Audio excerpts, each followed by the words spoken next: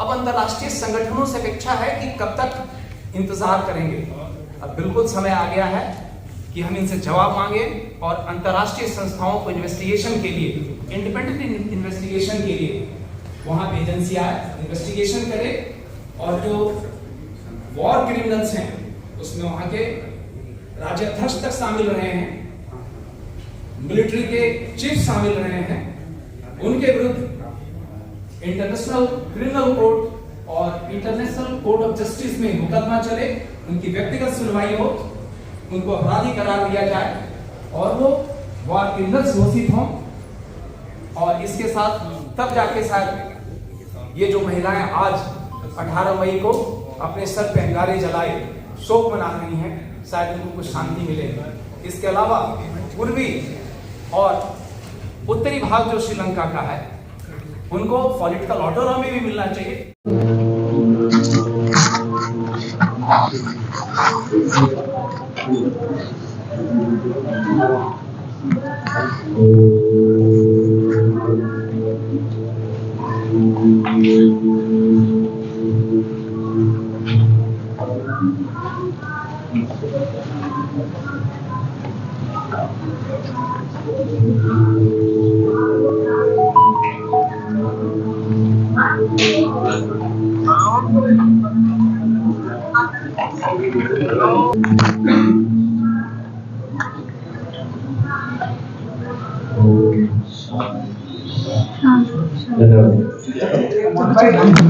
समिति के तत्वाधान में जो आज एक प्रोग्राम हुआ है तमिल हिंदुओं का जो जेनोसाइड हुआ था 2009 में, उस विषय पे क्या मांग रखेंगे आज सरकार से आप, या कहेंगे सरकार की तरफ ही देख ही रहे होंगे भारत सरकार की तरफ, तो कैसे इसको आगे बढ़ाएंगे कि हिंदुओं के साथ जो डिस्क्रिमिनेशन हो रहा है, भेदभाव हो रहा है, वो बंद हो, खासकर श्रीलंका में?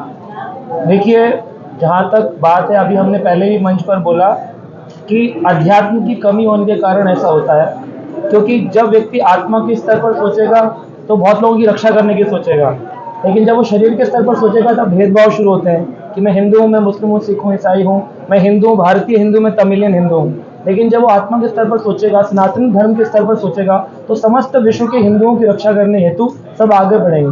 केवल नेता या सरकारी अधिकारियों का नहीं, हर एक भारतीय हिंदू का कर्तव्य है कि वो भारत की धरोहर, जो तमिलनाडु में इतने मंदिर हैं, 20 से अधिक बड़े मंदिर, श्री रामेश्वरम, श्रीरंगम, तिरुचनापल्ली में, इन मंदिरों की रक्षा, इन मंदिरों के जो हिंदू हैं, भारतीय हिंदू इतने सालों से तीर्थ यात्रा करते चले आए इन स्थानों पर, और इन्हीं के जब भाई बंधु जो कुछ वर्ष पहले चले गए श्रीलंका में, उनके साथ इस प्रकार का जब खेल होता है तो हम सब चुप नहीं बैठना चाहिए घरों के अंदर। हम भारतीय सभी लोग, विश्व में जितने भी भारतीय हिंदू हैं, सब एक साथ जुटे, एक साथ खड़े हों और इस कार्य को रोकने के लिए श्रीलंका की सरकार से मांग करें। अल्पसंख्यकों की बात होती है तो जो तमिल हिंदू है वो 10 से 15% है, 12% अप्रोक्स इतना है जो आंकड़ा है। और भारत, पूरी दुनिया सिखाती है कि भारत को अल्पसंख्यकों की इज्जत करनी चाहिए, लेकिन भारत में अल्पसंख्यक जितने सुखी हैं उतने दूसरे देशों में क्यों नहीं है? क्योंकि पाकिस्तान में भी देखिए, बांग्लादेश में भी देखिए, श्रीलंका की भी बात आ रही है, तो क्या दिक्कत है? और कम्युनिटीज के अंदर हिंदू क्यों नहीं उसको प्रोटेक्शन मिलता? इसलिए नहीं मिलता क्योंकि वो माइनॉरिटीज में है, यहाँ पर मेजोरिटी में हिंदू है, सनातनी है। दूसरा, यहाँ की सरकार, हमारी भारतीय सरकार का योगदान है, जो कि हमारे हिंदू सनातन धर्म के मंदिर खुल रहे हैं। अभी श्री राम मंदिर खुला, इतने सालों से जो फंसा था वो आज खुल रहा है, और भगवान केंद्र में रखे जा रहे हैं। जब भगवान केंद्र में रहेंगे तो इस प्रकार के नरसंहार होने बंद हो जाएंगे। मैम, क्या लग रहा है आपको, जिस तरीके से जो खबरें आ रही हैं, अब श्रीलंका की जो क्राइसिस से गुजरा उसमें भारत सरकार ने जी भरकर मदद की, और अब ये जो खबरें आ रही है कि मंदिरों के साथ, हिंदू प्रतीकों के साथ छेड़छाड़ हो रही है श्रीलंका में, उस पर क्या कहेंगे आप? देखिए, श्रीलंका जो है वो, श्रीलंका सरकार दोगली नीति अपना रही है। भारत सरकार के इतनी मदद, आर्थिक मदद देने के बावजूद श्रीलंका सरकार जो है सिंगली समुदाय के साथ मिलकर जो वहाँ के तमिल हिंदू हैं उन पर अत्याचार कर रही, उनके सारे अधिकार छीन लिए गए, उनके व्यवसाय बंद कर दिए गए, यहाँ तक कि कॉलेज और जो यूनिवर्सिटी में जो स्टूडेंट्स होते हैं उनके अस्तित्व का वहाँ पे मजाक बनाया जाता है। तो हम श्रीलंका सरकार से मांग कर रहे हैं, और इवन भारत सरकार को भी हम ये बोल रहे हैं कि आप श्रीलंका सरकार के जो प्रेसिडेंट है उन रनिल विक्रमसिंघे उनसे तुरंत बातचीत करके तुरंत इस समस्या का समाधान निकाला जाए और जो बौद्ध भिक्षुओं के जो मंत्रालय बनाए गए हैं उनकी भलाई के लिए वो हिंदुओं के लिए भी उनकी भलाई के लिए मंत्रालय बनाया जाए ताकि वहाँ के हिंदू अत्याचार से मुक्त हो और सुरक्षित हो।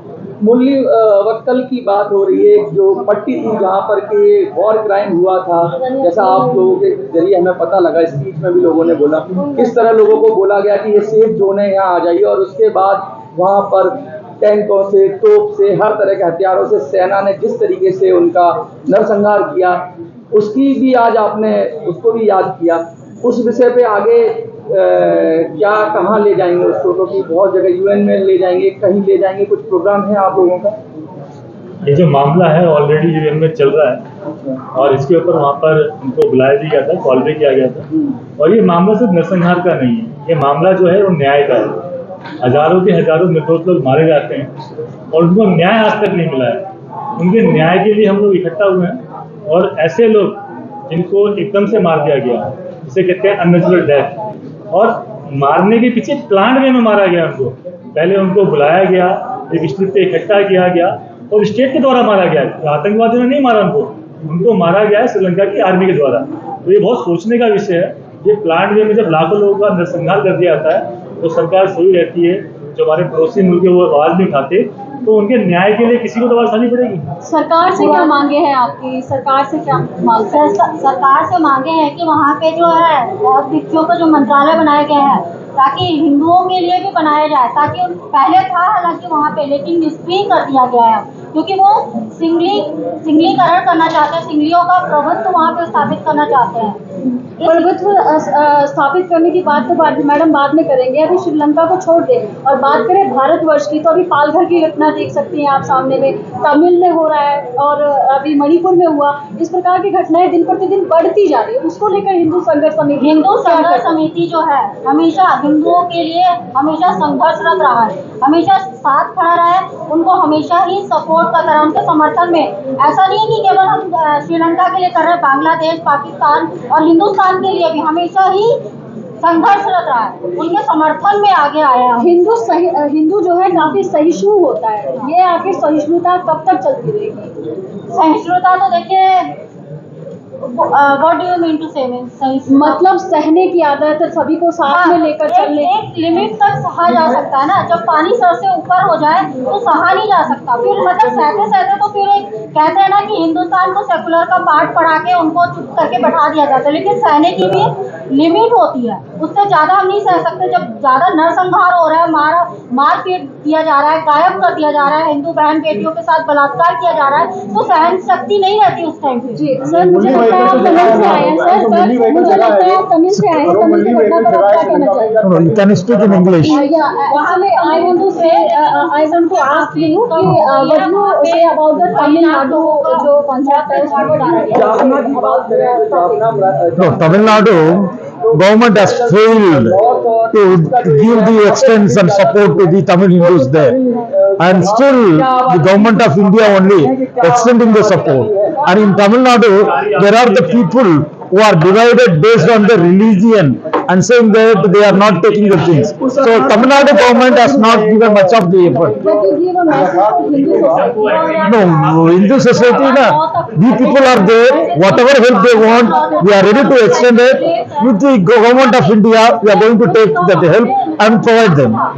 Thank you. सब उनके तमिल लोगों के सेंटिमेंट के साथ है, उनके आंदोलन के साथ है, उनको न्याय मिले, अधिकार मिले, उनकी नागरिकता